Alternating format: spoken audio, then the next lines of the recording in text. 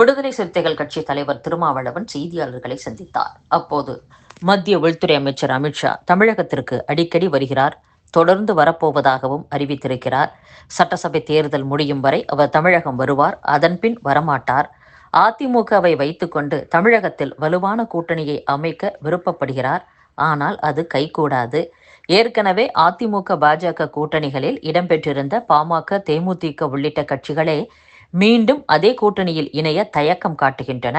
அது மட்டுமல்ல, நடிகர் விஜயையும் தங்கள் கூட்டணியில் இணைத்துவிட வேண்டும் என ஏக்கத்தோடு முயற்சிக்கின்றனர்.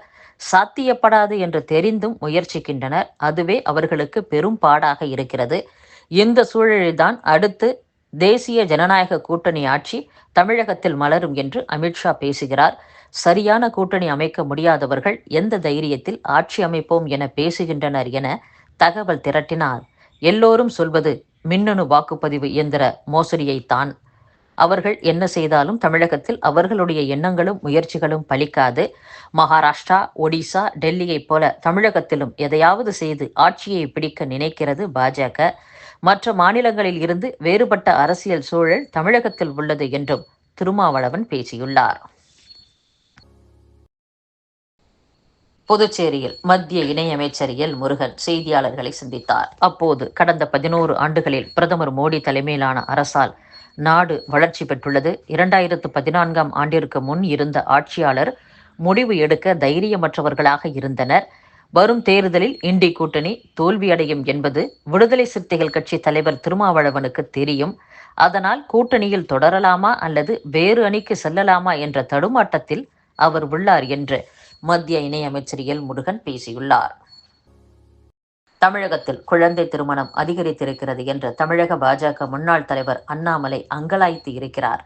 அவர் அடுத்தவர் முதுகில் அழுக்கு இருக்கிறது என்று சொல்வதற்கு முன் தன்னுடைய முதுகில் இருக்கும் அழுக்கை பார்க்க வேண்டும் என்று அமைச்சர் சேகர்பாபு கூறியுள்ளார். பாஜக ஆளும் மாநிலங்களில் என்ன நிலை என்பதை பார்த்துவிட்டு தமிழகம் குறித்து குறை சொல்ல வேண்டும். அதற்காக குழந்தை திருமணத்தை திமுகவோ தமிழக அரசோ ஆதரிக்கவில்லை. இது தொடர்பான விழிப்புணர்வு எல்லா நிலைகளிலும் அரசாலும் அரசு அதிகாரிகளாலும் ஏற்படுத்தப்படுகிறது. மீறி நடக்கும் திருமணங்கள் மீது சட்டப்பூர்வ நடவடிக்கையும் எடுக்கப்படுகிறது. மணிப்பூரில் கொஞ்ச காலம் ஓய்ந்திருந்த கலவரம் மீண்டும் துவங்கி இருக்கிறது. சொல்லப்போனால் கலவரம் தொடர்கிறது. அங்கே மத்திய அரசும் பாஜகவும் என்ன செய்து கொண்டிருக்கிறது? இதேபோல பாஜக ஆளும் பல மாநிலங்களிலும் அமைதியான வாழ்க்கைக்கு உத்தரவாதம் இல்லாத நிலை உள்ளது. ஆனால் தமிழகத்தில் எவ்வித புகார் வந்தாலும் அதன் மீது உடனடி நடவடிக்கை எடுக்க உத்தரவிடுபவர் நம்முடைய முதலமைச்சர் ஸ்டாலின். அப்படி ஒரு முதல்வரை தமிழகம் பெற்றுள்ளது. கொலைநகரமான மணிப்பூருக்கு சென்று அங்கு அமைதியை நிலைநாட்டிவிட்டு வந்து தமிழகத்தை கொலைநகரம் என அமித்ஷா உள்ளிட்ட பாஜகவினர் சொல்லட்டும் என்றும் அமைச்சர் சேகர்பாபு பேசியுள்ளார். பாமக தலைவர் டாக்டர் அன்புமணி ராமதாஸ் அறிக்கை ஒன்றை வெளியிட்டுள்ளார். அதில் ஒருங்கிணைந்த கல்வி திட்டத்தின் கீழ் 2024-25ஆம் கல்வியாண்டிற்கான முதல் காலாண்டில், அதாவது கடந்த ஆண்டு ஏப்ரல் முதல் ஜூன் வரையிலான 3 மாதங்களில் தமிழகத்திற்கு வழங்க வேண்டிய 573 கோடி ரூபாயை கடந்த ஆண்டு ஆகஸ்ட் வரை மத்திய அரசு வழங்கவில்லை. இது தொடர்பான வழக்கு விசாரணையின் போது எவ்வளவு காலமாக மத்திய அரசின் நிதி வரவில்லை, எப்போது வழக்கு தொடர்ந்தீர்கள் என்று உச்சநீதிமன்றத்தின் கோடை விடுமுறை கால நீதிபதி கேள்வி எழுப்பினார். அதற்கு பதிலளித்த தமிழக அரசின் வழக்கறிஞர், கடந்த ஆண்டு முதல் நிதி வரவில்லை, கடந்த மே 20ஆம் தேதி தான் வழக்கு தொடர்ந்தோம் என்றார். அதன் அடிப்படையில் இந்த வழக்கை அவசர வழக்காக விசாரிக்க உச்சநீதிமன்றம் மறுத்துவிட்டது.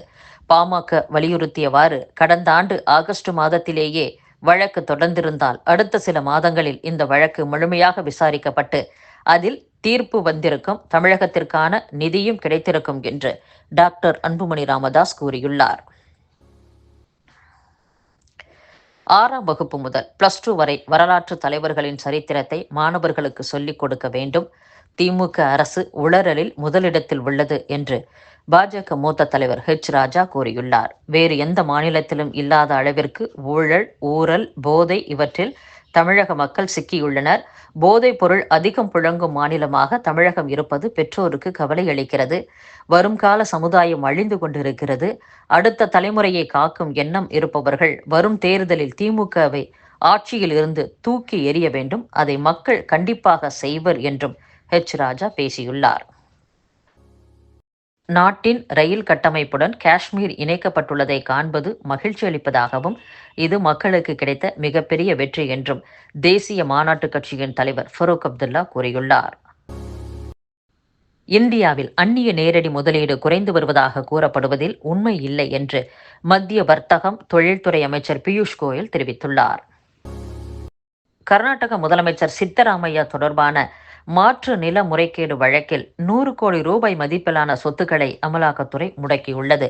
வீட்டு வசதி கூட்டுறவு சங்கம், மைசூரு நகர்ப்புற வளர்ச்சி ஆணைய அதிகாரிகள் உள்ளிட்ட செல்வாக்குமிக்க நபர்களுடன் தொடர்புள்ள வேறு சிலரின் பெயரில் பதிவு செய்யப்பட்டுள்ள அந்த சொத்துக்களை அமலாக்கத்துறை முடக்கியுள்ளது. அண்டை நாடுகளுடன் அர்த்தமுள்ள பேச்சுவார்த்தைக்கு உகந்த சூழலை உருவாக்க மத்திய பாஜக அரசு தவறிவிட்டது என்று தேசியவாத காங்கிரஸ் கட்சியின் தலைவர் சரத்பவார் விமர்சித்துள்ளார்.